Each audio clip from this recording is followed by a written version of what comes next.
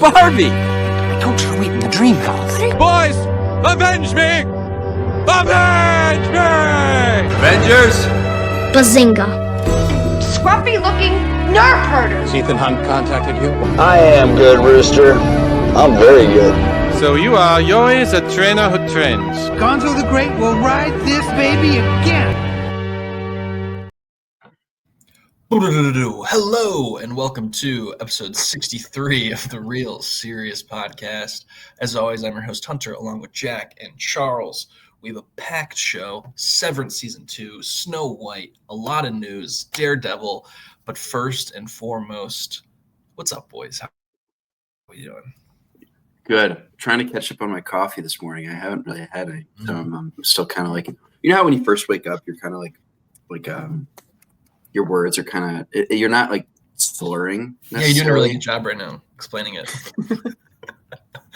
You know what I mean, though? You're like, yeah. Actually, a couple of weeks ago, I was going to work and I had gotten like no sleep all week.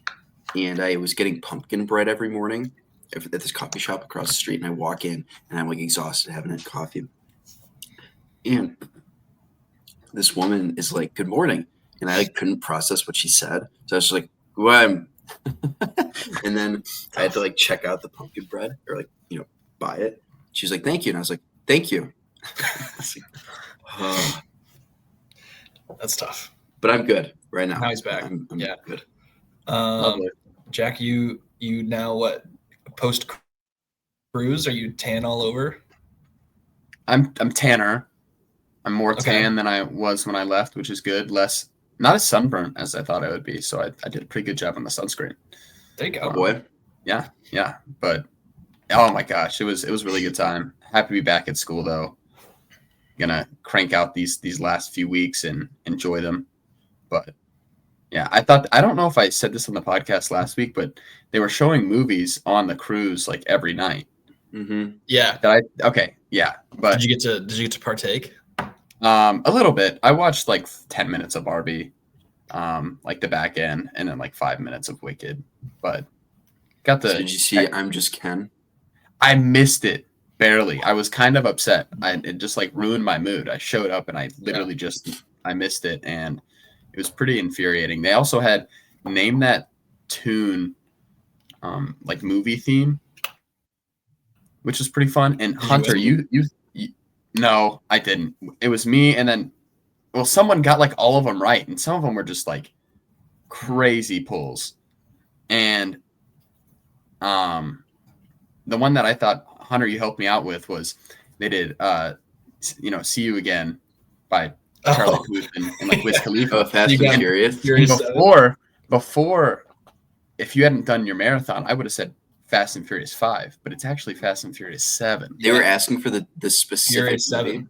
Yep. Oh my gosh. Well, the thing was, the group that won had like 10 people, and I'm here just trying to pull from, like they had You Can't Stop the Beat from Hairspray. Yeah, and I got Hairspray, and they played like a 15-second clip of the song, and a lot of them were obvious, but then there were some they would play in the middle. And yeah, really good time though. I was very happy to try and use my movie knowledge to the best of my ability in trivia. So I'm grateful for your help, Hunter. Hey, no problem. I'm glad I could be of service. That Hairspray chick is like going crazy right now on Twitter and everyone, or like TikTok. Everyone's making fun of her. I guess like she just does cameos now and is like kind of crazy.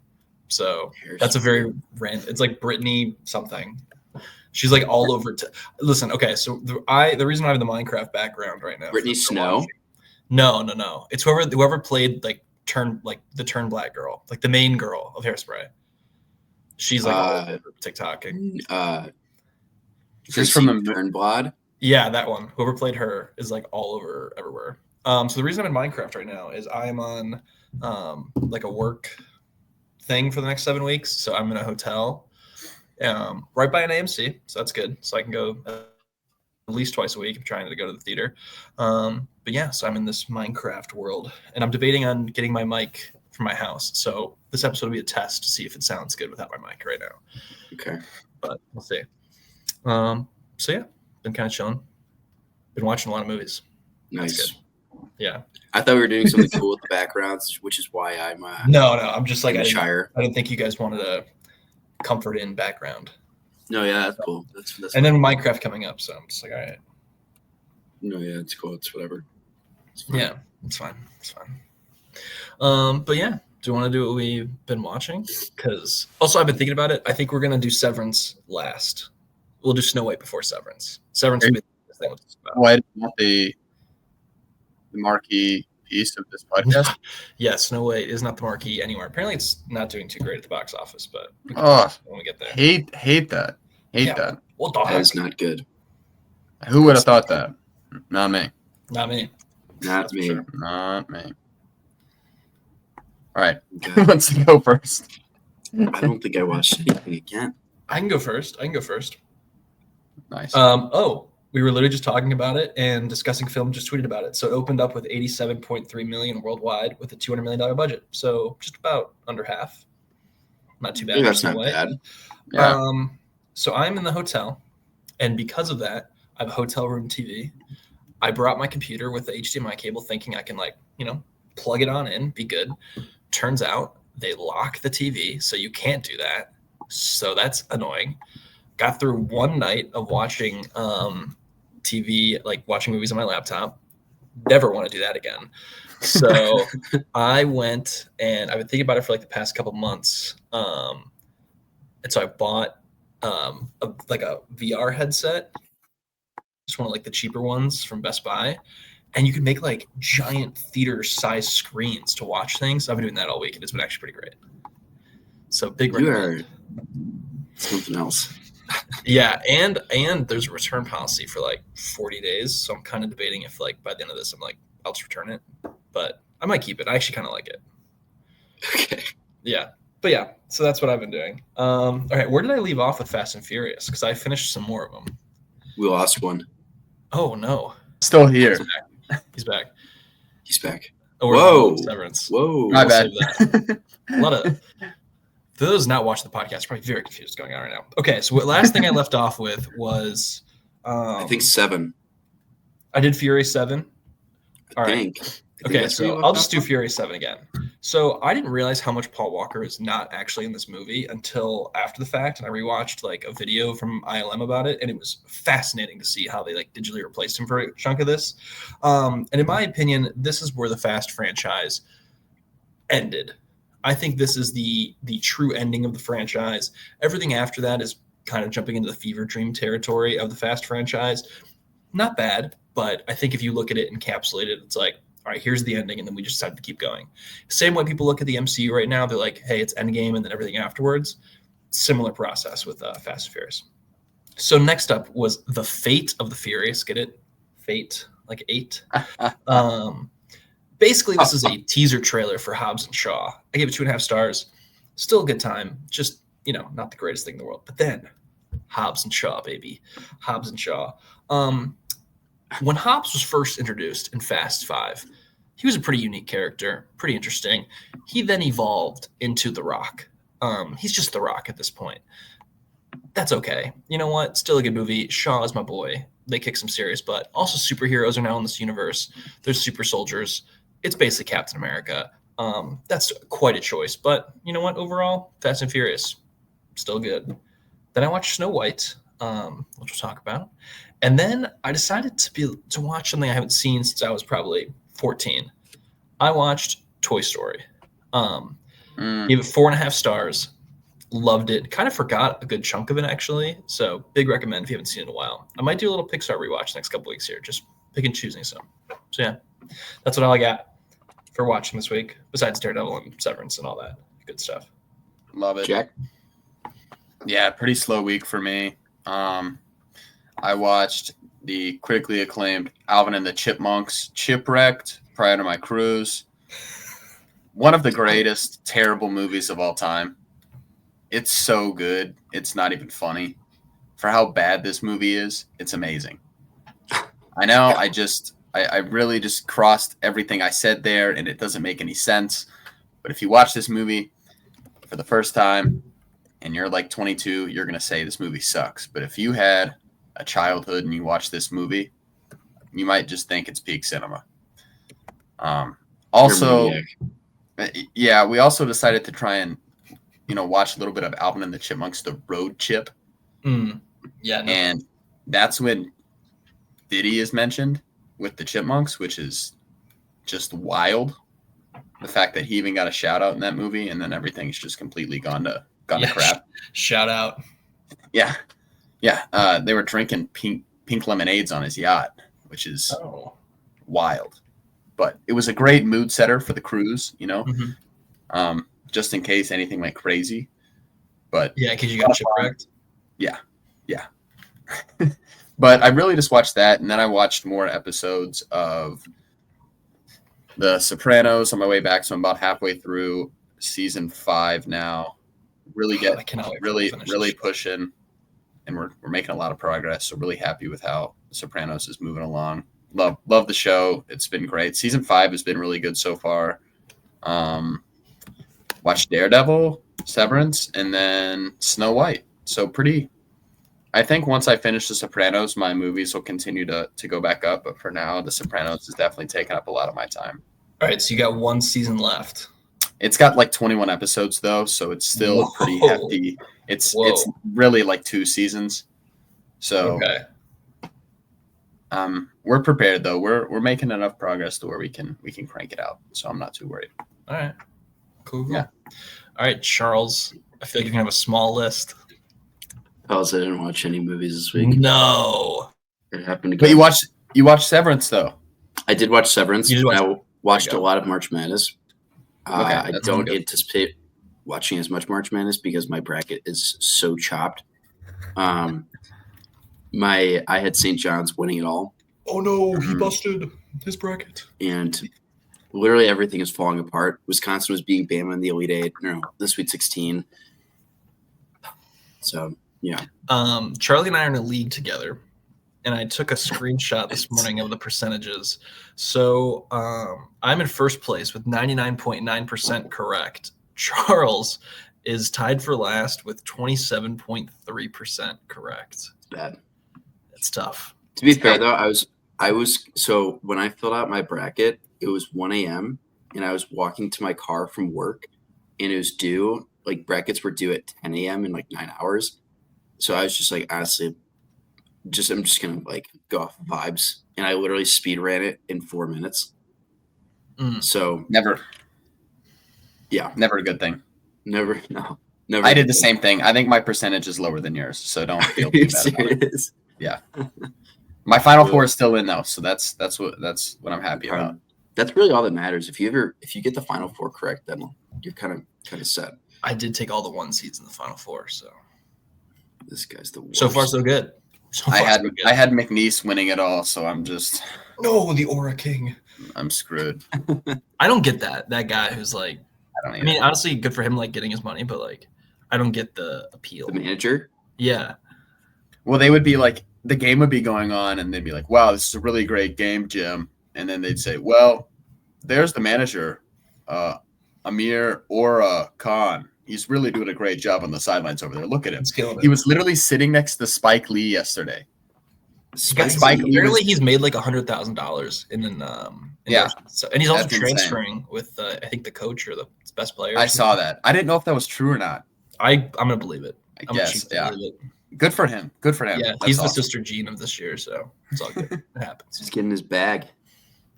But yeah. All right, we're ready to get into some good news.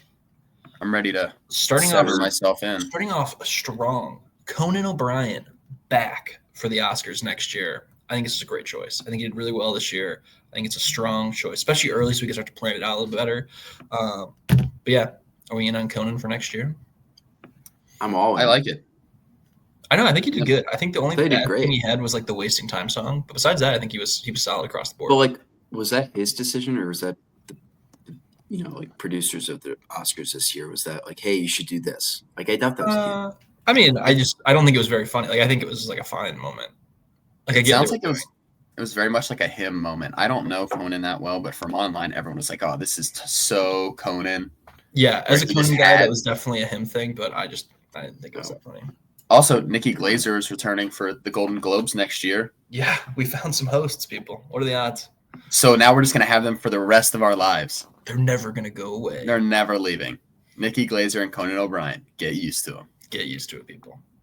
But next piece of news is Sergeant Rock. So we talked about it before. It was supposed to be James Bond, and now it is apparently Colin Farrell playing Sergeant Rock, who obviously the question mark is he's already Penguin. So what the heck is going on there?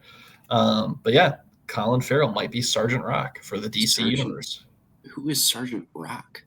We've talked about this like 10 times. We've talked about this like every week for the past like 10 episodes. This Sergeant Rock. It's the Luca Guadagnino DC movie that was supposed to be Daniel Craig, and then it was the bear guy. Pause. I think we've talked about this. Jack, back me up here. I'm backing you up. I feel like for like 5 or 6 straight weeks. This is Sergeant Rock. This is like that's kind of fantastic of like the news section of the podcast. It's been every week. Where it comes up like every single week. No. And we're not gaslighting you, I swear. No, this is 100%. I swear. Every week. Okay. But honestly, like Colin Farrell, let's just make him play every single person in this new DC universe. More fun outfits and makeup. I mean, I wouldn't have chose him to play the Penguin in the first place, but look what happened there, So who knows? Maybe Colin Farrell as Poison Ivy could be one of the greatest villains we've ever seen. Yeah, possibly. I'm in. Sergeant Rock, huh? So yeah, I guess Charles did not know Sergeant Rock is happening, but it is. So, but yeah, so that's Sergeant Rock news. We'll talk about it again next week, and Charles will forget about it next week again. Next piece of news is God of War. So I've been excited for this show to happen. I was excited, and now I'm less excited because the showrunner for this show basically said, "Yeah, I'm not really a gamer. I don't really like to play games. I can't figure out the modern controllers." Tough start. This guy stinks. Tough start for the show.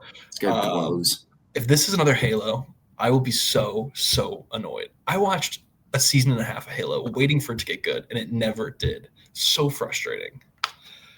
If they do this with God of War, I'd be so sad. Never played. I feel like you need a video game producer that has played the game and appreciates it. Yeah, like even if you're like, all right, hey, maybe modern gaming isn't for me. But like you're like, yeah, I just watched playthroughs and like watch the cutscenes and like I get the vibe. At least that's a different story than just like, yeah, no, I don't do controllers. Insane sentence. Is the producer of The Last of Us a huge gamer? Because that was good. Yeah, it's like produced by like the people who made the games. Like Neil Druckmann is like the guy who did the games, and he's like doing the show. Okay. Which also that comes back in like 2 weeks. So we're getting a lot of prestigious television here in the next little bit, which I'm pretty hyped about. It is. Severance ending. Now this. Then we're going to talk about the 4 Seasons trailer, which looks quite good. So yeah. And we're getting the producer. Yeah, that actually looks Seth Rogen show. It comes out, I think, in 3 days. Wednesday. It's weird. It's a Wednesday show for HBO. Yeah, I think it's Wednesday though, right? I think Am I guessing on that? Because I want to say it might be the 27th, but I think I saw it premieres the 26th. Either way, that HBO also looks studio, not the producer. Apologies, Seth Rogen. Or King Seth Rogen, sorry. Yeah, March 26th is the first episode, so it comes out Wednesdays. I'm pumped for that. I've heard a lot of good stuff. So same. I heard it's like supposed to be great. Very excited to kind of see that inside baseball, which I always love stuff like that. So I'm definitely in on that. Mm-hmm. All right, so none of us have had the opportunity yet to see the Looney Tunes movie in theaters, unfortunately. But the company that saved it, Catch Up Entertainment, because it was supposed to be Warner Brothers was going to scrap it. Catch Up Entertainment bought it, put it in theaters. It's now doing like decently well in theaters. Not the greatest thing in the world because it's like really bad marketing push, but still in theaters at least. Is now in talks to buy Coyote versus Acme. The apparently scrapped. They said they scrapped it, but nope, they have it for sale. So they apparently are going to save it, and we might be getting Coyote versus Acme, which would be pretty great, I think. This was like scrapped like 2 or 3 years ago, right? I feel like this was like Yeah. a while ago. Yeah, but now it's back, which That's would be, awesome. I think, great. Because there was that whole push to like save Cody for Zach Me Online, and I think maybe finally now they might. So yeah, if it does get saved, it wouldn't release till next year, but still, we might still get it. That's awesome. I hope so. Yeah, give me my John Cena Acme movie. I know Charles is hyped for this. No, he don't have to lie. Here, I'll give you some Charles news next. You want some Charles news next? I'll take some Charles news. I like that. You like Coco? Jack loves Coco. Oh, okay. I've never seen Coco. You'd be a Coco head. Well, Coco 2 coming to a There theater. you near go, you. Jack. Huh? Yeah. Huh? Pixar's feeding No. you the slop that you No. like, just spoonful Stop. by spoonful. Stop What? it. Stop it. What do you mean? Stop it. That movie was Why? perfect. That is quite possibly my favorite animated movie of all time. And they are going to look, I would love for them to come out with the second one that is just as good as the first. But that just scares me so much because I love that movie. That was one of the movies I watched when I first started getting into movies, or at least started like, I don't know, asking friends like, oh, I haven't seen that many movies. Like, tell me like movies that you really like or you think are really good. And one of my friends told me Coco. Love that movie. And honestly, it probably is like a top 2, if not 1, for my favorite animated movie of all time. Whoa. So when they said they're coming out with 2, part of me was like, that's great. And then part of me was like, that doesn't really sit well with me. So I'm not upset about it. I'm a little cautious. I'm not jumping in. So That's fair. That's fair. It's very fair. Yeah. they Hey, can't you- replicate that ending. They can't replicate it. Like they just can't. I'd like to see them try, but Maybe it'd be How like a does it- spiritual successor versus like a direct sequel. How does it end? yeah. Do they set I it don't up want well to for ruin a it sequel? for you. No, Okay, well then they don't set it up well for a sequel. I could see a way that they make it about like another family down the line. Is that what you think it could be like, Hunter? I feel like it wouldn't be the same. Yeah, or maybe like have that kid, maybe like have it be when he's an adult, like he's the abuela in this scenario. Yeah. Just like do No, it I know. later on. Sure. And I you would be can talk fine with about that. And that is family lineage stuff. that's what I would be fine with. But I just don't see a way that we just directly continue the story without hurting it, For sure. in my opinion. Still not, I don't hate it. I'm just not, it just scared me a little bit. I hope that they don't ruin that movie. I'm with you. But yeah, Charlie, you gotta watch that. You gotta I watch know. that movie. I mean, I know I want to say it's like what, maybe like 100 minutes, like an hour and 40 minutes or something. Maybe it's I feel 2 like hours. all those movies are pretty short. Beautifully animated movie. Like there's some beautiful animation there. Mm. Yeah, Music is great. Story is great. I'll add it to the watch list. Well, there we All go. right. And then the last piece of news we have is a very interesting one. It is Texas Chainsaw Massacre, which we got the Netflix movie a couple of years ago, like a year and a half ago, 2 years ago. But now there's a new interest in it, where it's going to be written by JT Molnar and produced by Roy Lee after they did Strange Darling, which was like a big cult hit a couple of years ago. They're putting a script together, and apparently Glenn Powell wants to read it. The question mark is he wants to read it to star in it, read it to produce it. That is up in the air still, but Texas Chainsaw Massacre might be getting a breathing new life into it. Maybe get the reboot treatment. We'll have to see, but Is that I know horror? Charles is out on that. It sounds like horror. You would be correct. Texas Chainsaw Massacre sounds scary to you? Interesting. They're actually running around. They're running around holding hands and singing. Yeah, the together. massacre is actually just The tax friends we made implication. along the It's all way. about accounting the whole time. Yeah. Okay. So yeah. I haven't seen the original. I know that's one that I need to watch, but It's very good. yeah, I've heard it's very good. I'll get So to it one day. maybe Glenn Powell Texas Chainsaw movie. We'll have to wait and see. But that's a really low news week this week. There's a lot of rumors about the new Spider-Man movie casting wise. I decided to hold off on that until we get some more concrete information, just because we don't want to get too big in the speculative pile. And also, we talk about the MCU every single week, so we're going to skip it this week. You know what? They have to beg us to come back. All right, that's all we're doing. But the second we get some news, we'll be right back to that slop, so don't worry. All right, let's get into some trailers. Let's start with the two least exciting trailers, in my opinion. Number one being Ballerina. It's basically just more of the same. It's nothing really new. My level of excitement is the same as it was before I saw this new trailer. I'm still in on it. I don't really want to see any more from this movie. I just want to see it. Is Ana de Armas an action actress? We're gonna find out. She was good in James Bond. She was in James Bond for like 6 minutes. And those were a great 6 minutes. They were awesome. She kicked some butt in those 6 minutes. But I don't know.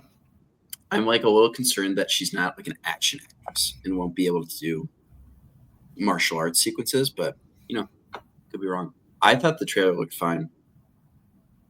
I think I'm a little higher on it than Hunter. What'd you guys think of the cameo in it?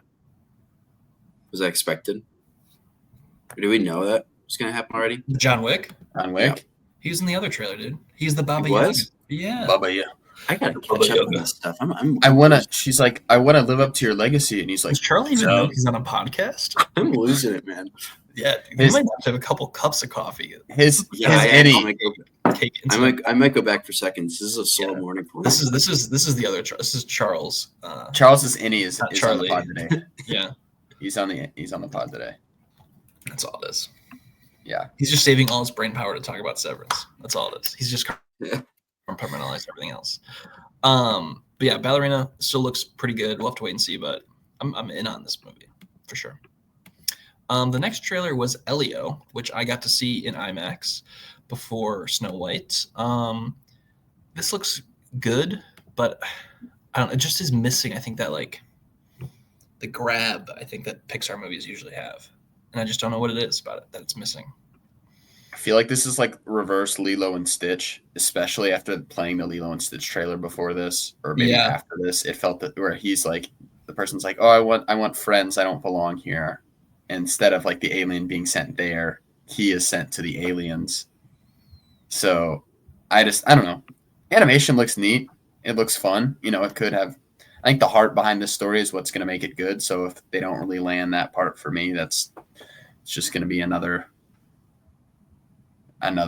with Pixar movie that they've released recently, which I think they're fine. I don't think they're like, they've been terrible. I think they've still released some good movies in the past, 5 years, but definitely not up to the standards that we saw as children.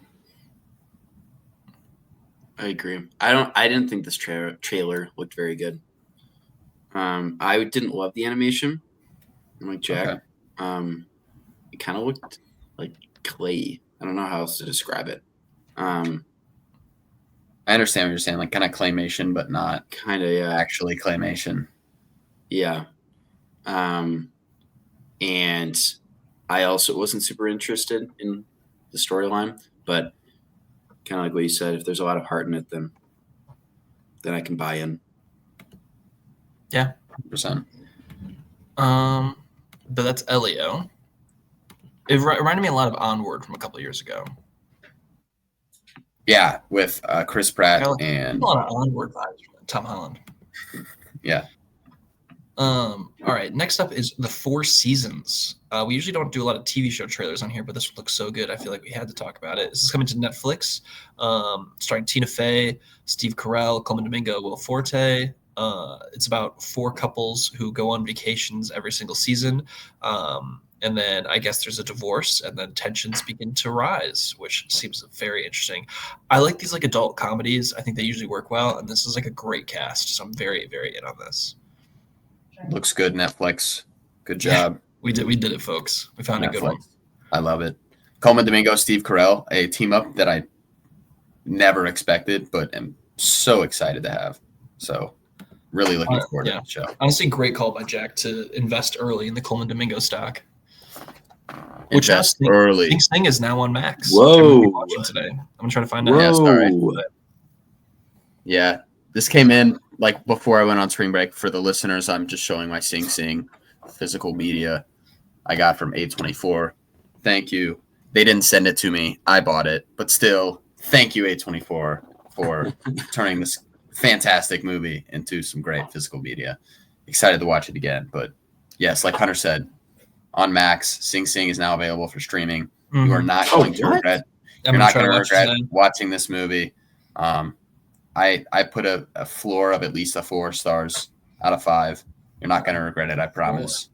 So, exactly. Love this movie, but Como Domingo, he is. I think I'm a little late on the Como Domingo train too.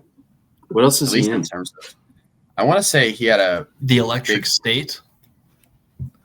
Oh well, say less. Yeah, that's all I need to know. I want to say he had a big movie that he got nominated for, which I don't know if it was loved as much by the audience as it was by critics, but he got nominated for Best Actor at the Oscars. I want to say 2 years ago. It was in 42. Let's see. He was the voice of Unicron in Transformers: Rise of the Beasts. Or maybe he didn't. I don't know. Either way, I still feel like I'm a little late to the party, but excited to be on the Como Domingo train. It's a good train to be on, and the train has left the station. So if you're not on, sorry, you missed out. But yeah. I think it was Rustin. I think Rustin he got a nomination for. Rustin. 2023. All right. Yeah. Last 2 trailers are the big 2 of the week. Happy Gilmore 2. We got the first trailer for the return of Happy Gilmore. This looked better than I thought. I will say that. I was surprised at how much I was actually into this because I thought I'd be very out on this movie. I thought it looked kind of good. I saw a TikToker who was reviewing it and just kind of lighting it up. But as he was lighting it up, I was kind of getting into it. And it just kind of seems like a very like nostalgic, like kind of route that they took, where they're coming with a lot of the same jokes. But I think it kind of works for Happy Gilmore because it's such an iconic movie. And I think if they strayed a different route and tried to make something more original or different, I don't think that would really be received well. 100%. I think if you hate Adam Sandler, you have to be like the most insufferable person in the entire world. Like, what did Adam Sandler do to you? He shows up at the Oscars dressed in the way he always dresses. He's shooting basketball all the time. Like the Shallow Bay. Like that joke, it stays in my head 24/7. I just don't. I think it's a great play. It was so funny when I was on spring break. After I did the podcast last week, I left the room and my friend's parents were like, "Oh, like how's the podcast?" You know, like kind of like asking me about it. And they're like, "Are you going to review Happy Gilmore 2?" Her dad was like, "Are you going to review it?" And I'm like, "Yeah, we're going to review." He's like, "Awesome! I can't wait for that movie. I can't wait." And I was like, I just know my grandpa is so excited for Happy Gilmore 2. As soon as that shows up on Netflix, he is going to watch it the second it shows up on his screen. So, well, it comes out July 25th, so we still got some time. We've got a lot of time. Wow. Mm-hmm. Practice my swing, you know? Yeah. But yeah. So overall, it looks pretty good. But the last trailer is the one I'm the most interested in, and that is The Materialists.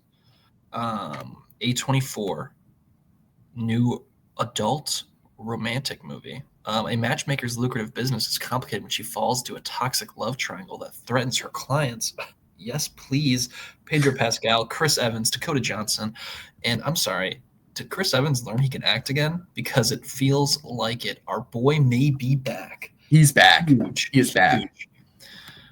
This is Celine Song's kind of sophomore outing, I would say, after Past Lives. So yeah, big interested to see how she does here with this. I think the concept is great. Love that we're doing actual like adult kind of focusing on things that are going to theaters. Like this screamed Hulu release, but glad it's going to be in theaters. Thank you, A24. But yeah, very in on this. I'm beyond excited. Oh no, Oh no. No. Is it bad if I'm out? No, You're it's okay. fully out? I think I'm just a Dakota Johnson hater. So I didn't love her either. I just think that's my issue with it, because I love Pedro Pascal and I love Chris Evans, and I think that like the idea of this movie is interesting, like you guys said. But I don't know. Ever since Madame Web, I've just kind of had a sour taste in my mouth, and she was so like, I don't know, the way she treated that movie. Since then, I've just not really been a huge fan. You're telling me you haven't seen her her critically acclaimed 50 Shades of Don't you- Grey trilogy? God. No, I haven't. Yeah, you don't need to. Okay. I've seen I'll be it honest. Goodwill If probably you- every time I've gone. You don't need If to. you told me this was like Anna Kendrick, I'd be a little more excited probably. If you told me like this was, I don't know. Like Scarlett Johansson or something.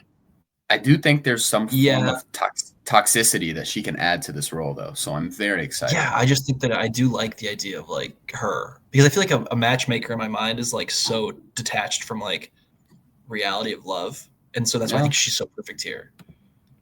Yeah.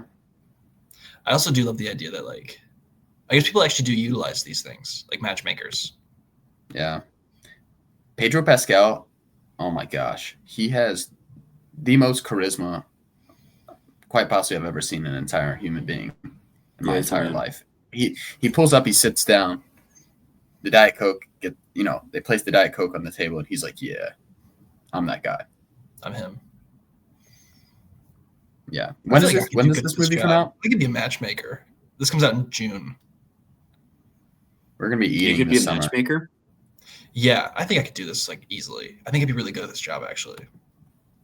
Also, I will say the one thing that pissed me off about this trailer is when he puts the beer down, it is half full. I would have been so annoyed if someone gave me a half glass of beer. Go back and watch it. When he puts the Coke down and he puts the beer down afterwards, it's half empty. I've been thinking about it since I saw this trailer.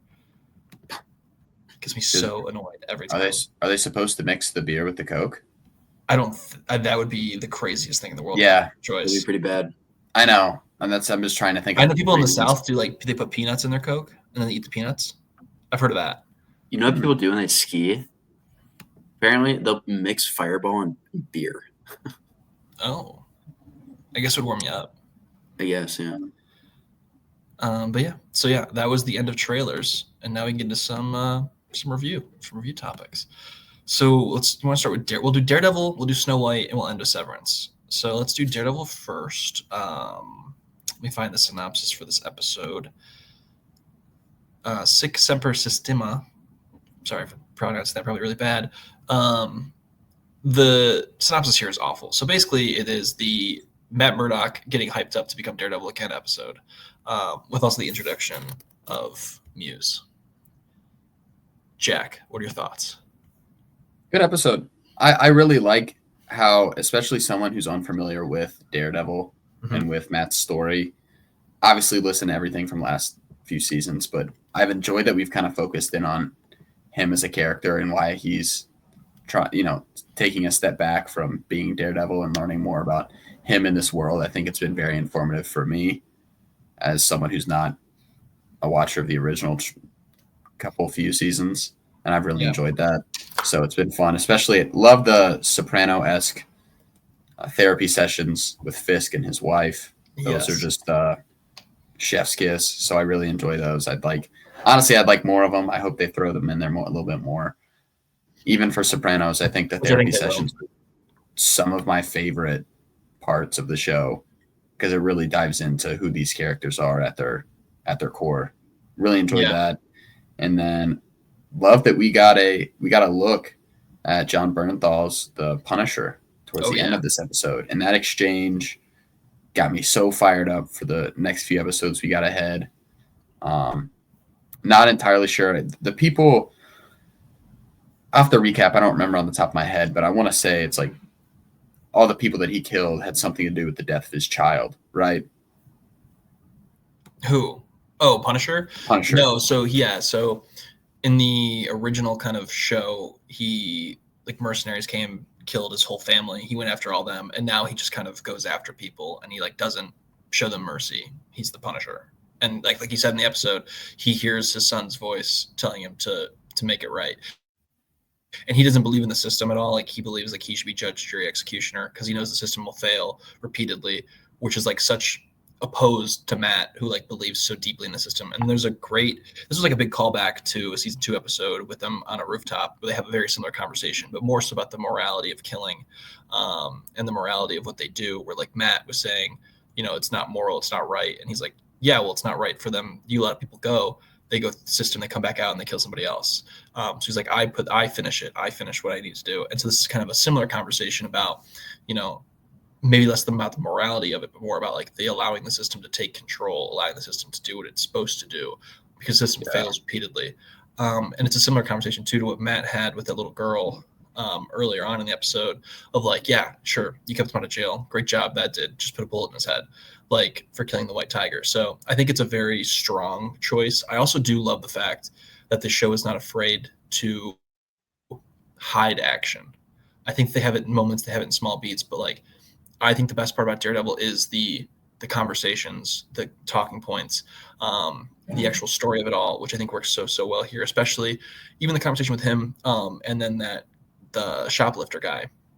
Yeah, as well. Love like, that. It's a small version of what Matt's dealing with, but like it does prove the point, right? That he gets failed by the system repeatedly, and it's like, okay, but how is it going to change to help this guy out? So we got to kind of see that Matt finally sat with that, figured it out, and then Matt is going to take that next step. And like you saw at the end of the episode, go back to becoming Daredevil, starting to train again in the same way that Kingpin, or S. Wilson Fisk, is making that similar choice, where he's going to start to become Kingpin once again. And we saw with the boyfriend that she had being trapped in the basement.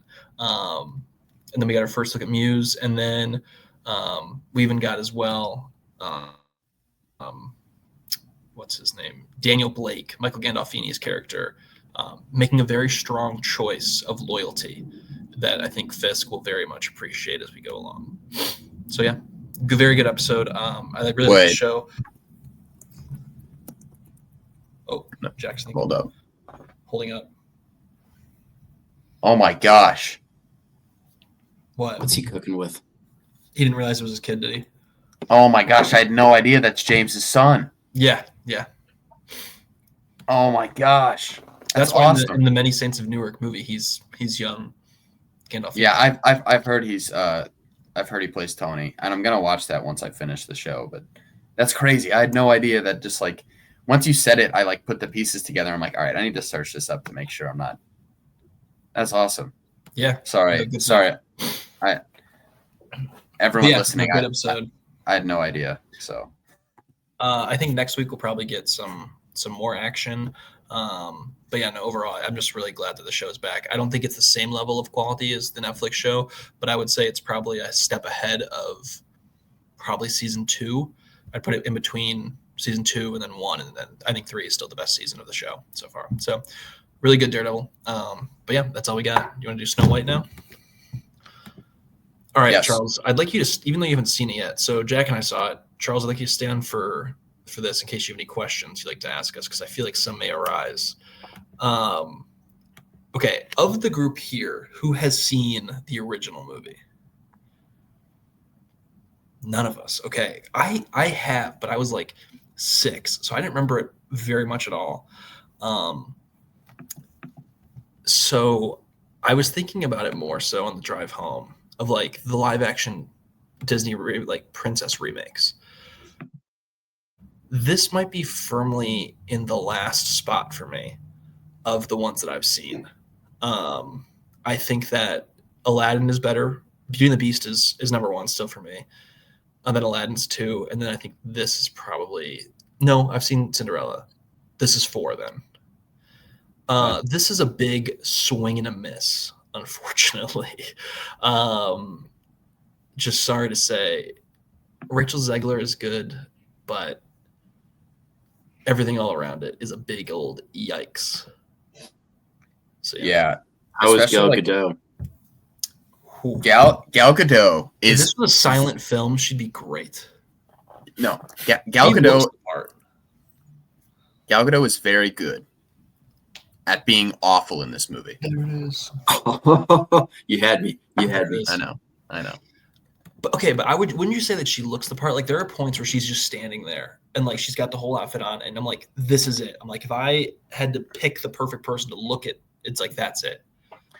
And then she opens her mouth and ruins it. I'm frustrated because I don't know why. I think there's a lot of miscastings in this movie. I really think Rachel Zegler's the only one that was cast perfectly, in my opinion. Agreed. I thought she was amazing.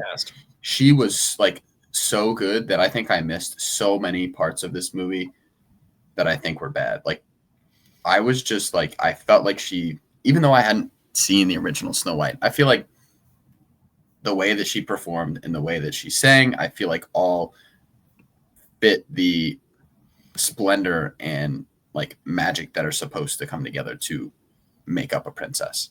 And I think she did everything that she could to do that. But with that being said, I think not only was Gal Gadot miscast, but I think the eventual like prince that like saved her, was not. I feel like there's some. Miss, I think that. It was unfortunate. And when I was watching this movie and we left, I told Caitlin, this is what I was afraid they were going to do with Wicked. Mm-hmm. Make it very CGI heavy. Obviously the casting of everyone in the movie was something that I was a little, not really worried about, but I was afraid that maybe it could backfire. You know, maybe some of these individuals wouldn't give us what we wanted and they would destroy something like Wicked, but obviously that's not the case. But with something so magical in this movie, I feel like you need to have a lot more physical. It needs to feel a lot more physical to make it feel more real. Even though it is a kid's movie, I don't know if I'm the only one that thinks that, but I feel like there's some parts where they had a lot of CGI and it wasn't really necessary. Yeah, and I think the big one. Did you feel okay? So let's talk about the dwarves. I think it was a big miss here. I got used to them as it went along. Like right off the bat, I was like, "Whoa!" Took me way out of it. And then as the movie progressed, like by like the 20 minutes of them being in the movie, I was like, "All right, I'm good with them now. Like I'm used to the way they look." But it just never allowed me to connect with them on a level because they just looked so fake. And like the CGI was great. Like honestly, like for the technology of it, like it looks really strong. It's just they just don't look or feel real at all. Yeah. And I think that's just like a whole movie. Like, but at the same time, it's a fantasy. It's a story of fantasy. It's not much is supposed to. I mean, the ending of Gal Gadot going through the mirror. Yeah. What was that? I have no idea what was going on there. What are we doing here? So I don't know. It's just at least I'm happy that you feel a similar way about the dwarves in the sense that you watched them in the beginning, you were kind of like it threw you off, but you got used to them the further you went on. Yeah, because I think they're such important characters that like I just wish I connected with them if they were like people. Yeah, and I just never did. And personally, I feel like they could have found a way to use actors and put a lot of makeup and make them look how they would want to. But it's not. It just from watching this movie, that is clearly not the approach that they took. But with that being said, I honestly liked the dwarves by the end of the movie. Yeah, like I said, they grew on me, and I was like, all right, I accept what these are. And I honestly liked them. I thought they were good. I obviously Dopey having, probably like the most, maybe the best character arc in the movie. Yeah, that was one of the top like Letterboxd reviews. It was pretty funny, which is true because he's just but I like them, and I think they got a lot of crap at the beginning, especially with the trailer. And I just didn't. I just don't think there was enough music in this movie. I feel like the songs were very sparse, and then the ones they did have, maybe like 2 of them were good. Like "Whistle While You Work," I think is great. I like "High Low." Like them singing that song was pretty good. All the other ones, I just don't think were very strong. I thought the "Waiting on a Wish" song was great. I love that one. I thought it was good, but like I just think it clashed with the other songs because it just felt so much more modern. Sure. In comparison to like, so you're like, all right, that's the one that they made new, right? You're like, there it is. And then Gal Gadot's song was just awful. It was shocking. So it's gonna be at the top. if Gal Gadot had been good, how do you think this movie would have been? Like, would it have been significantly better? I think it would have went from a 2-star to like a 2.5. Oh, really? Like, I just don't think the story here is very riveting. I do think it works way better as an animated feature. I think that the biggest swing and a miss to me is the prince. Yeah. I didn't ever really get behind their story together. I didn't love him and his bandits. It felt like a Disney Channel original movie at points where they're like fighting these knights. It never clicked. I will say though, for my boy Mark Webb, I think that some of the sequences were well planned and like directed. It seems like a lot of things changed this movie without their knowledge. Like, cause there's like 3 sets here and they just don't. It's so weird because there's parts of the movie where they're going to say, hey, we're going to make sure we have physical sets and we want to show you that this is real. And then there's other sequences that are just entirely CGI. Yes. So I didn't know what they wanted to do. You know, if they made this all CGI, that would have been fine. And for me, it just felt like they were a little bit indecisive because I think a lot of the CGI looked great. Yeah. I think it really fit for what this movie was trying to go for. It just never felt real. And I think that was the biggest thing. And I just wish, because the whole leading up to this, like the campaign of like, we want to make Snow White, more autonomous. We want to make Snow White more of like a character versus a caricature. And I was like, all right, great. Like, let's do it. Let's make it like that. I just still feel like she didn't have a whole lot of agency on her own. I felt like, because like the big controversy was they were like, we don't want it to be her waiting for a man to come save her. We don't want her to do that. Yeah. Great. So let's not do that. But then they just shifted it instead of being from the prince to just her dad. So like it still was the same kind of like the whole time it was her just like, I want to live up to my father's like expectations, which is fine. I just don't feel like she had a lot of goals in themselves. And then like the ending of her solving, I guess it all based on like knowing everyone's names. Like, yeah. I didn't hate that. Like I thought sitting there when she started to do it, I thought I would have hated it. But I think as it went along, I was just kind of like, it felt like such a blah ending. Like it was just like, there was just no like climax. It was just like, your name is Carl and you used to bake bread. And he's like, I am Carl and I did bake bread. And then they just turn on the queen and then the mirror absorbs her and it's over. Like, I just never felt, I was kind of waiting for like the ramp up moment and it never ramped up. Sure. Funny enough, this just shows how unfamiliar I am with at least the least, or I'm not going to say like the less popular Disney princesses, but I thought that Gal Gadot was going to turn into a dragon. Okay, I thought the dragon too. I thought that too. And then I looked it up and it's from Aurora, which is Sleeping Beauty. Yes, I was waiting for the dragon moment because I thought she looked like the dragon and it never happened. I was like, come on. I know. Like that, the happy music started playing and I was like, where's the dragon at? Where's the dragon? Sleeping Beauty and Snow White were the same because she falls asleep too. Like, so what is the difference between, like, how did Sleeping Beauty fall asleep? How did Sleeping Beauty? Okay, here we go. Oh, she pricks her finger on a spindle. Oh yeah, that's right. Yeah. She Maleficent is in that too, right?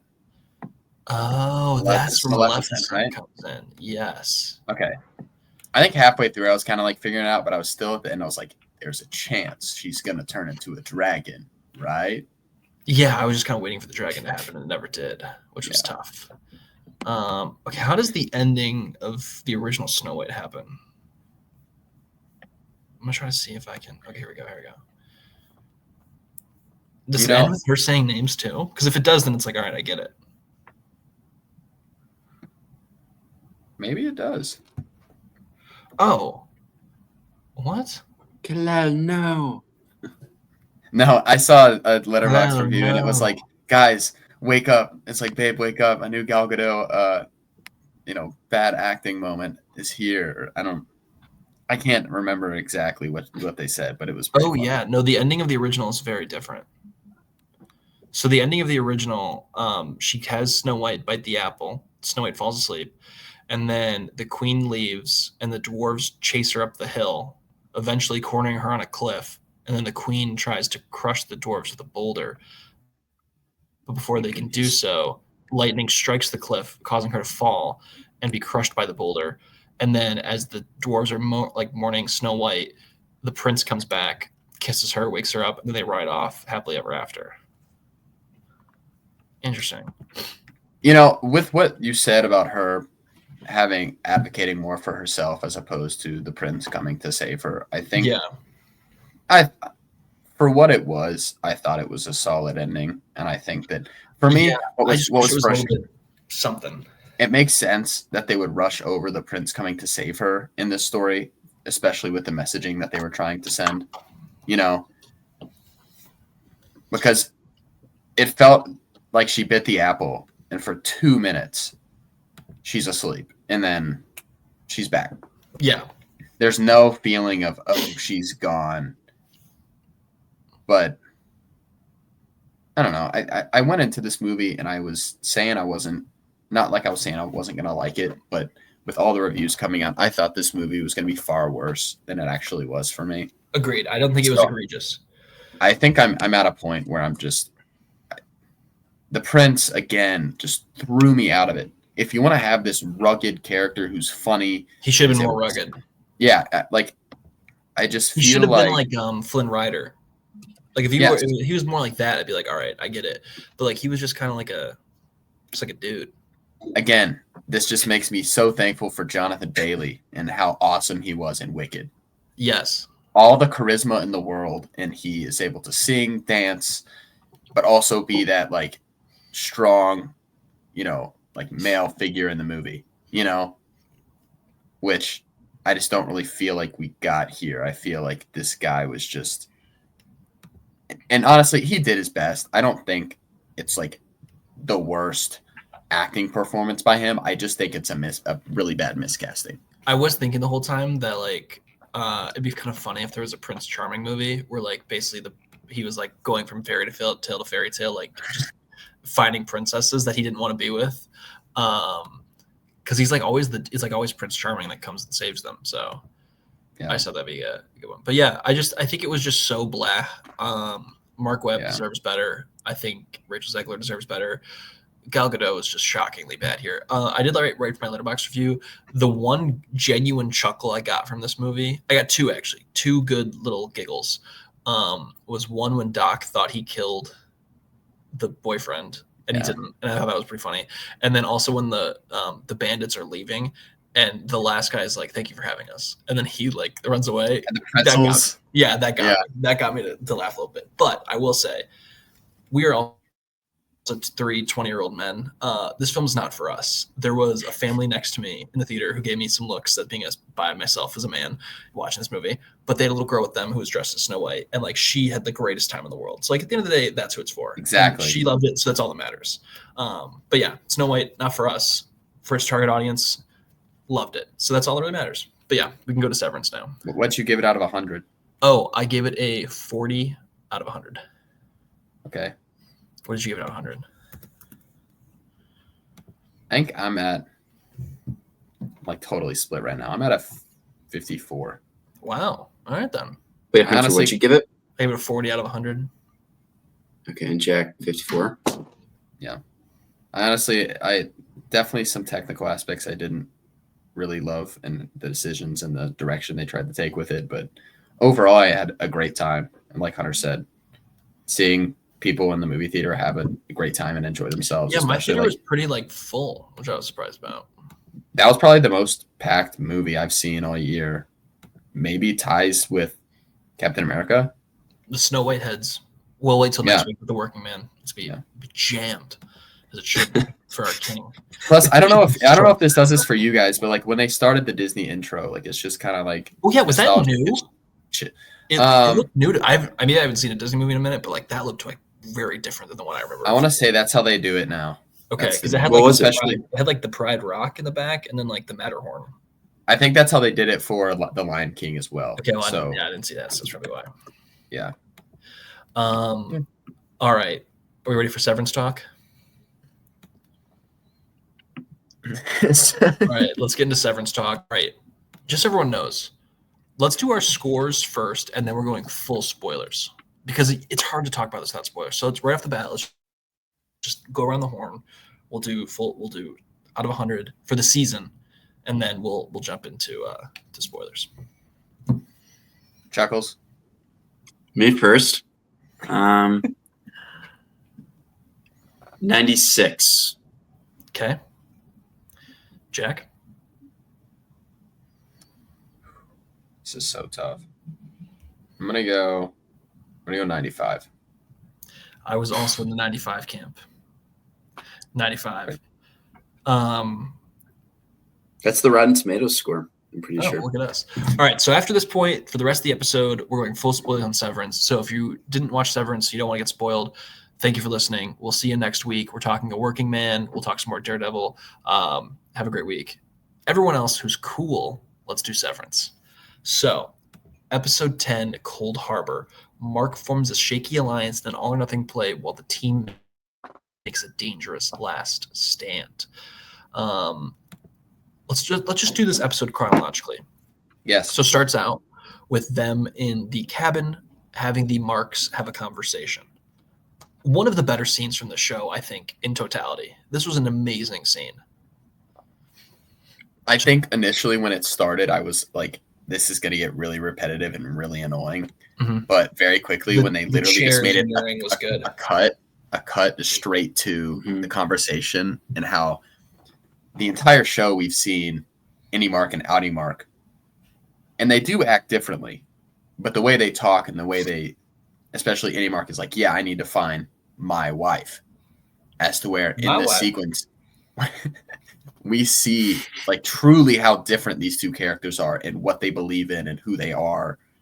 So I think I really enjoyed seeing that from like cut to cut to cut, and them interacting with one another was really fun. Yeah, and I think it was an interesting play by Outie Mark to try to use the reintegration as like his plan there, because we really got to see like I think Innie Mark's push to be autonomous, which we haven't really seen fully. Like I think especially in season 1, he like really respects the balance of Outie versus Innie, and he's just kind of progressed to become less and less until he finally says no. He's like, I'm just not interested in doing this. And then he kind of gives the ultimatum where like the next thing I better see better be, the severed floor, or else none of this is going to happen. And then he does. He gets to go back down there.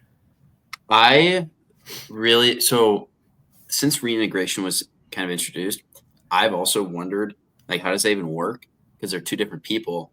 If they reintegrate, are they like sharing the wheel type thing? Yeah. And I thought it was kind of great when Outie Mark was like, oh, that's not how it works. And then Mark was like, well, then how does it work? Tell me. And I think all of the audience and Outie Mark was like, Yeah. No, that was so good. And I mean, he's right. I think like if they even did like fully reintegrate, Innie Mark is gone. Like it's 100%. Just Outie Mark with Innie Mark's memories, maybe 100%. Some like tendencies, but like Innie Mark is objectively just gone. And I think Innie Mark knew that, and I think he obviously at the end of the episode he makes that choice, which we'll get to when we get there. But so that was kind of the opening, and then we get back into Lumen, and we get to have the new painting, the Cold Harbor painting, where he is finishing Cold Harbor. And we get the revelation that Cold Harbor, every time he finishes a file, it's a new Innie for Gemma, which I think by this point we kind of all pieced together, but it was kind of just confirmation. But yeah, Cold Harbor, and every time he's doing the numbers, is making one of the tempers for Lumen. And so yeah, and then he sees Helly, and then they go back to the severed floor. Oh my gosh. And then we get the super iconic Mr. Egan statue that is just quite possibly the creepiest thing of all time. Just sitting in the middle of the room with a note. Very hollow presence. Sprays. Yeah, dude, Milchick's great in this episode though. So yeah, then they have like the quiet conversation about their kind of plan, and it seems like Helly is very in on we need to just get out. Like it's kind of over. Like let's just like become unsevered. Like I'm ready to call it kind of quits. Where Mark is more of I want to try to fight for this version of us. Like, is this a life? And then they kind of have a fun conversation about like locations they could think of. And I saw on Twitter, so this is not an original thought, but like the fact they pick like the equator, like the two side, like the line that delineates two sides, was just like a great choice from them in this episode. I kind of back to the conversation with the Marks though. He's like, hey, I heard you got a little girlfriend down there. Little honey, yeah. What's her name? And then he says, what is it, like Helene or something? Yeah, Helene. Helena. Yeah, he's like, oh, what's her name? Helene? And it was just like, dude, that is not her name. That's not right at all. That is my girl, man. My girl. Actually, Helly. Actually, Both her innie and her out of your mind. All right, it's the one buddy? who I love. Yeah, it's just, I thought that was funny, but love the conversation between them two. I think the part where she's like, how are we going to get out of here? And Hallie is like kind of accepting her fate, and Mark has just that tear that just rolls down his cheek as he's kind of sorting through the data, and then he finally just decides to let it rip, and he finishes it. Yeah, and then we get a great scene before, maybe the best scene in the episode, we get Milchick talking with Dylan, and Dylan is back on the severed floor because Outie Dylan rejected his resignation. And we actually get like a great moment of like acceptance between the two of, I get it. I get why, you're into my wife. But it's because like I am too, like we're basically the same, but like we're different. And he's like, I like that you're confident and you can do things, and like I like knowing that you're there. And I think that was just a great moment of like recognition between two characters that are the same, but like they need each other. They're the two sides of the same, half. And then then Mr. Milchick sprints out the door. Yeah, what was up with that? Yeah, well, he didn't want to miss his band practice. And then we get a great scene between Mr. Egan, Robot Mr. Egan, and Mr. Milchick, who Mr. Milchick talks back to him. And I think that was just such a good he's getting a little more testy as we go along, just a little cherry on top there. But then we get the marching band. The Cyrus or Sirius, the Chicago Bulls intro for Kier was just electric. That got me so excited. They stand up and they just look, and then they get the light and it goes, and it's boom, boom, boom, boom, boom, boom, boom. And I was like, so good. Yeah. Their AV team is just like so good. And we get that probably the most iconic scene maybe from this season of just the marching band coming in and Mr. Milchick dancing all around, having the greatest time. What was the team again of the marching band? Choreography and dance, right? Or the choreography and dance department or something. Let me find it. Choreography and merriment. It's the choreography and merriment department. Dance was too simple. Yeah, the C&M department, which was so great. And then as that's going on, obviously Mark and Helly are trying to find a way for Mark to get out of there so we can get to the elevator. But also at the same time, and this guy's name I always forget, let me find it. Mr. Drummond has taken one of the sheep as a sacrifice.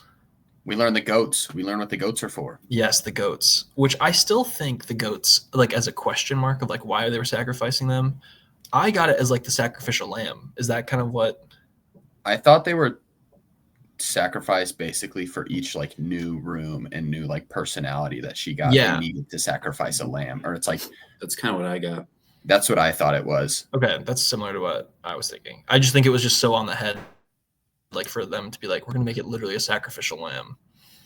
Yeah, and then that was, I think, a great choice. So then they have the sequence where I sincerely apologize. I do not remember the lady, the goat lady, but she's like, how many more must be sacrificed for Kier to be happy, or for as many as required. And it's like as many as required. His voice is great. As many as needed. Then Mark runs away, and then we get the Helly Milchick fight where she pushes him in the bathroom, and then Dylan shows up to help out and keep him locked in there while the band is going just the best time ever. And then we get kind of the confirmation. So Gemma is then led to her new room of Cold Harbor. Inside is a cradle, and she has to take it apart to prove the fact that she is fully severed, that there is no connection between the two.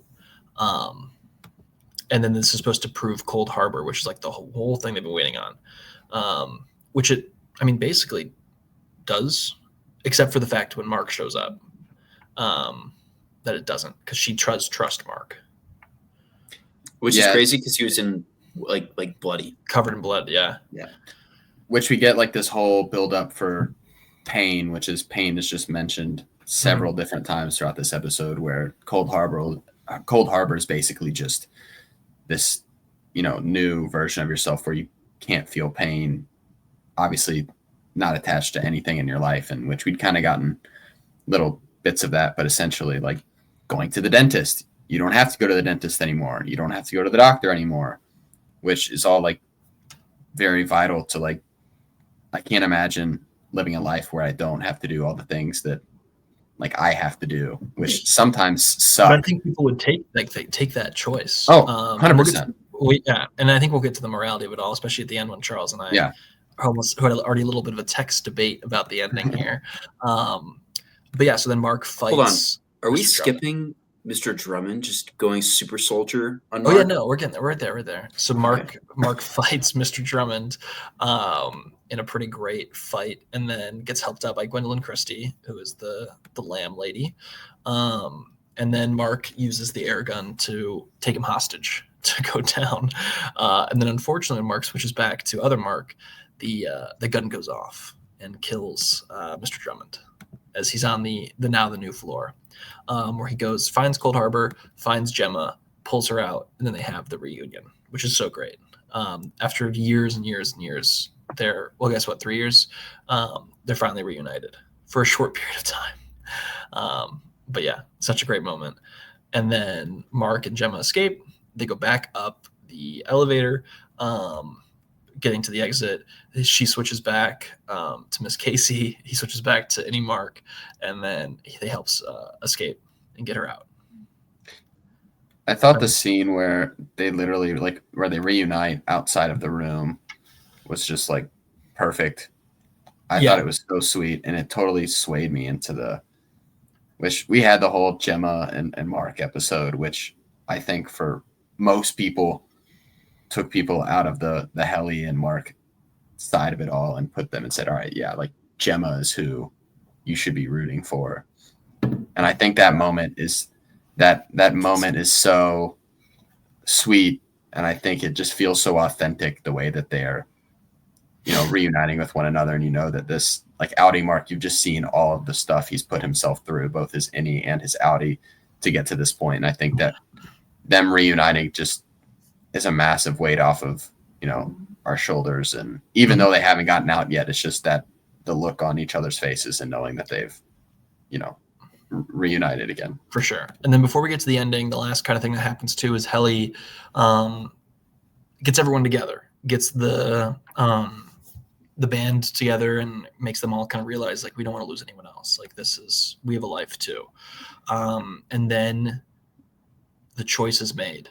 So Mark leads Miss Casey, throws her out. She goes back to Gemma, finally escapes, and then Mark makes the choice. Any Mark has the choice to either leave, be reunited, have his outie be reunited with his wife, or to stay and be with his love, Helly. And he makes the choice to stay. And then it all goes red, which Ben Stiller in like the afterwards talked about how the importance of that color, the importance of focusing on red, focus on the freeze frame. This is where I think the debate's going to happen. Was this the right choice? I feel like I'm by myself on this one. I see people on social media and they're like, if you don't root for any Mark, then you don't understand what the show's about. And it's like, okay, all right. But I get the point that innies are their own people, and that Mark S like doing like any Mark doing this is standing up for like his life and for the innies. But objectively, like what Jack was saying, we got a whole episode on Mark and Gemma, and we got that embrace with Mark and Gemma. And like objectively thinking about it in the next like 20 minutes of the episode, or not episode of the show, what now? Like what happens now? Mark just murdered an executive of Lumen, and yeah, he's but I think stuck in that's Lumen. the point. Like he is literally, his life is so insignificant and trivial compared to like everything that goes on outside of that building. And I don't think any Mark knows that. And how would he know that? But arguing that like in the episode, he argues at the beginning with Audi Mark, like, we've made it work. You said it's a nightmare, but we've made it work. It is a nightmare. Like I don't understand. Any Mark has all the context to understand how important it is for Gemma to get out and for Audi Mark to reunite. But it just kind of seems like he's standing up for a battle that means nothing, you know?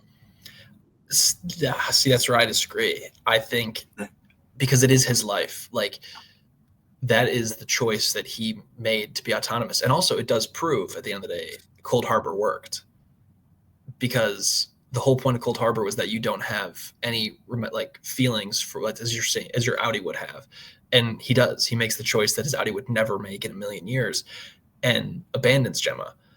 So like inadvertently, he does prove Cold Harbor in that moment. But also that's like the whole point of the show, is that these people on the inside are people in and of themselves. And yeah, like in the grand scheme, maybe Innie Mark has another 10, 12 minutes with Helly before it all goes wrong. But like, isn't that the most human thing to do, is to run back to the person you love and spend that extra 10, 12 minutes that you wouldn't have got like any other time? Like, and to make that choice, which is like the most human choice of them all. I mean, I think about it, like looking in the past, right? Like people go to wars over like individual people. Like that's like the point of any Mission Impossible movie, is that like you can't lose one person on the team to save billions. Like you just never make that choice. And yeah, like it's a selfish thing to do, but I think it's like the thing that everyone would do in that scenario. Like if you had the opportunity to keep your life, even if it's insignificant and, you know, less than maybe what the outside world's telling you, it's still yours. And you're gonna hold on to that as long as you can. But you're sticking up for, I understand your point. You're sticking up for one person, and that is like your life that you're trying to save. This one person, though, they've talked about how messed up Lumen is, and he doesn't even like. He and Helly, how close can you really be with someone, or how in love can you really be with someone if you made love to someone that wasn't actually the right person? But they did. You know, like how well do you? They did afterwards. They did, but it was like episode 5 where they like got together, and it was Helena. It wasn't Helly. So yeah, how but well? The following episode, he got. No, I know. Sorry, Jack. Go ahead. No. Sorry, I kind of interrupted you guys. But like, it's all he knows. That's the thing too. Is like, that's his life. That's his world. And he's going to hold on to that. Even if, yeah, in comparison to like Audi Mark, it's worse, but that's his life. I think also what's happened to Mark, like he killed the executive, but I think that there's still so much like love and desire for Mark that Helena wouldn't let them do anything to him. I mean, especially the fact that she like stalked him and showed up at a restaurant just to like engage with him again. And we even saw her at her house, how boring her life is, how sad it is, how she's basically just in a house with her father, which her father is like the biggest weirdo ever. I don't know. I'm kind of split on this. I don't know where I really stand on it. I think when the episode ended, I was kind of frustrated. I was upset that obviously it wasn't the payoff that I hoped, because I was obviously hoping that him and, you know, Gemma would run away together, which I think after that episode, I feel like most people would at least like root for them. But I think at the same time, you have this whole scenario where you do have to treat them as two different people as they're having this conversation. And they're saying, you know, I want to be with the person I love. And the other one's saying, I want to be with the person I love. And, you know, if they get Gemma out and they fight for it, like, all of that ends. So, unfortunately, I can't, like, break this tie here. Because I think I was, like, so upset at the end of that episode that him and Gemma weren't together. But I think, like, the more I sit on it, I'm not truly upset with, like, any Mark for making that decision. Because it's a selfish decision. But, like, at the same time, it was very selfish for Audi Mark to, you know, create this other version of himself so he could not feel the pain of his, you know, of his dead wife. Yeah, like Audi Mark made the choice to create Any Mark, and now Any Mark has found a life. Yeah, it's objectively worse than like Audi Mark's life or anyone on the outside's life would be, but like it's his. He found love, he found friends, he found a version of life that's his. And Audi Mark was basically just like, hey, I need you to give all that up so that I can be with my wife again, who's actually not dead. And like, yeah, like I guess that's like maybe the morally right choice, but it's not the choice I think 99.9% of people would make in that scenario. Like you would do what's best for you. And yeah, Mark probably knows that there's an outside chance that in the next 5 minutes they flip the switch and Any Mark goes away forever. But like at least he got 5 more minutes with Helly, which is something he never would have gotten if he walked the door. I will say, I was talking to my roommate after, and I'm saying, Gemma is outside the door.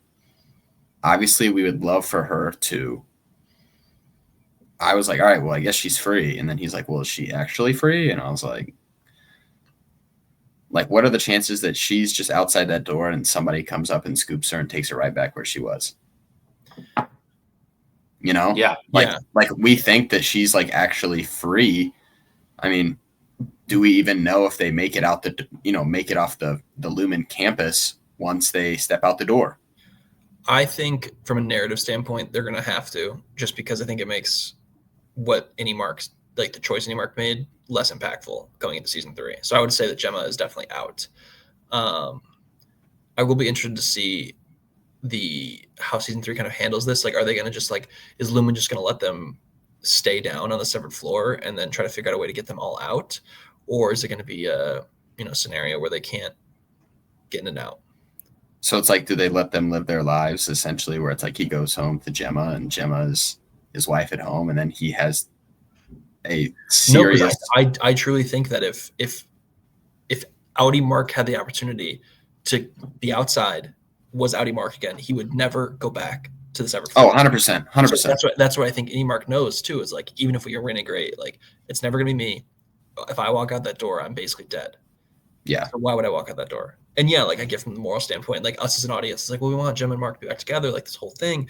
But like, that's not the choice that I think a person would have made. So that's why it makes sense. It makes sense. It doesn't put a nice little bow on top of it. I think it's such a good choice. I think it's the human choice. And I think it proves once again, the whole point of the show is that the people on the inside are people. They're not just like a version of us. Like they are their own individual people. And it proves Cold Harbor. It did it.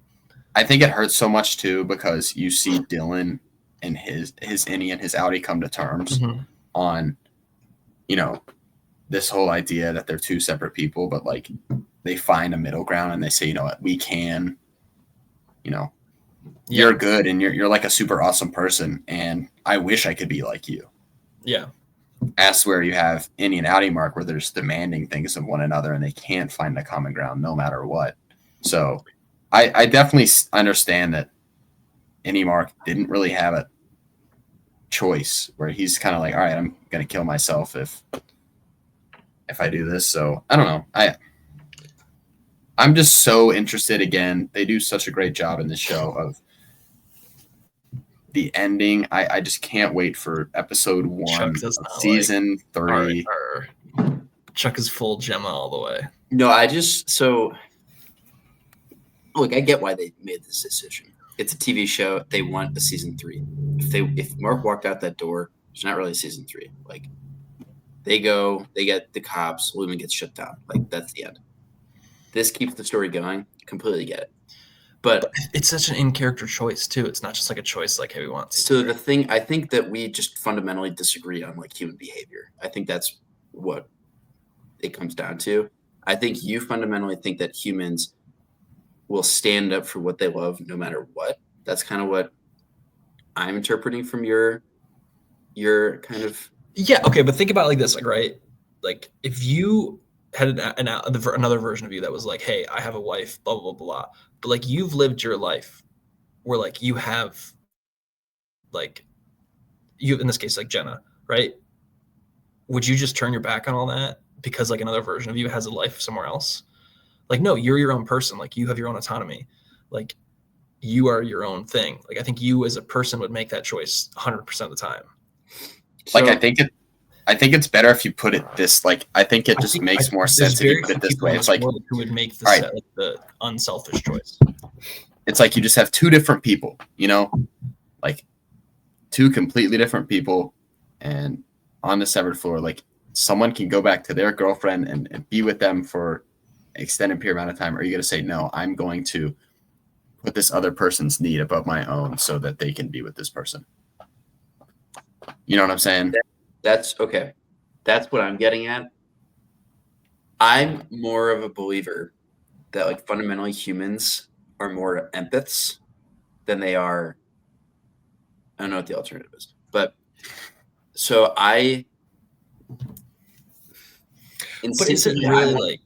instinctively I want to believe that any Mark would understand that he was made because Audi Mark's wife died and he could not get through life and he needed someone new that didn't have to endure that pain. Well, that wife, I gotta be quiet because Jenna's in the other room. She hasn't seen it, but wife's alive. And any Mark has only been alive for 2 years. Those 2 years, he's been in an office the entire time. He's recently found love, very recently.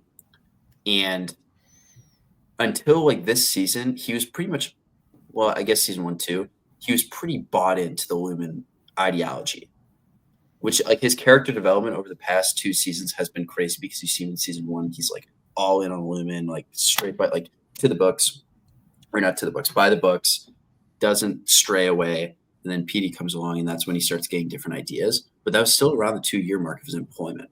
So he's been alive. Any Mark has been alive for 2-ish years. Only recently started straying away from that path. Only recently found love, and hears that the whole reason he was made is because his creator or alternate self. It turns out that his life that was derailed by the people that employ him and allow him to be alive. I would think the empath in him would think, okay, my life was made, like, this guy's life, who is also me but not really me, was ruined by this company. This is bigger than me. Yeah, but that's why he sacrifices everything to help. Like, what did he sacrifice, though? Okay, like, if he really wanted to, right, he could have done Cold Harbor, done the whole thing, said, like, thanks, guys, and just kept on going. And just, like, put off helping Gemma at all. But he sacrifices everything to get to us, go down there, save Gemma, help save Gemma, get her out. Like, he knows that probably in the grand Lumen is going to just either end him or that's because Miss Cobell literally told him, like, you are nothing. You are a nothing person, and you are expendable. Exactly, but he still made the choice to do it. Like, he still helped, he still did all that stuff to help. And then when it came down to the point where it's like, all right, either I walk out this door and I'm dead, because that's the truth of it, is like he would never have come back, or I can take, even if it's an extra 5 minutes or 4 minutes or whatever it may be, before Lumen, flips the switch and shuts me down, to be with Helly, I will take that choice. And he made that choice. I just think you're taking a much larger risk staying in that building because you know what these people are capable of. But to him, it's worth it to stay with Helly. I just think that's, but I think that's like criminally naive. You know what these people are capable of, and you stayed in that building knowing that, like, you're cooked either way. Like, either you leave and you're never coming back online, or you stay in that building and Lumen's going to do some terrible things to you because one is an absolute, and one gives you at least a chance, and he took the chance. But what chance do you have in that building? You know what they're capable of. Even if you killed an executive. The whole point is he took the 0.001% versus the absolute, and, like, that was worth it to him to at least have a chance with Helly. I just think it boggles my mind. I think if you were in a very similar scenario, you would have made the choice that Mark made. I don't think that anyone could even think about being in these. It's just like I do. I think people would all if anyone was in that scenario, I think they would make the choice that Mark made 99% of the time. I think it would take a very different kind of person to walk out that door, because it's guaranteed you're never coming back, and you would have at least a chance with the person you love, even if it's for an extra few minutes. Okay. I don't think I will. And also remember, he didn't watch the flashback episode to see like the life that he had, like other Mark and Gemma had. He just knows it was like my Audi's like wife.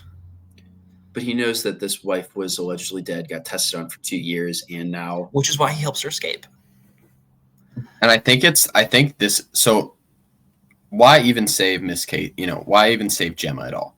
Yeah. That's the question. Like, why did he go down there?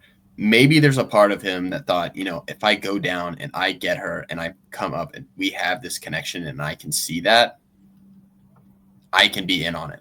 But I think in the elevator, they're still kissing, and there's that part where they kind of like step us apart, and Miss Casey's like, what's going on? Mm-hmm.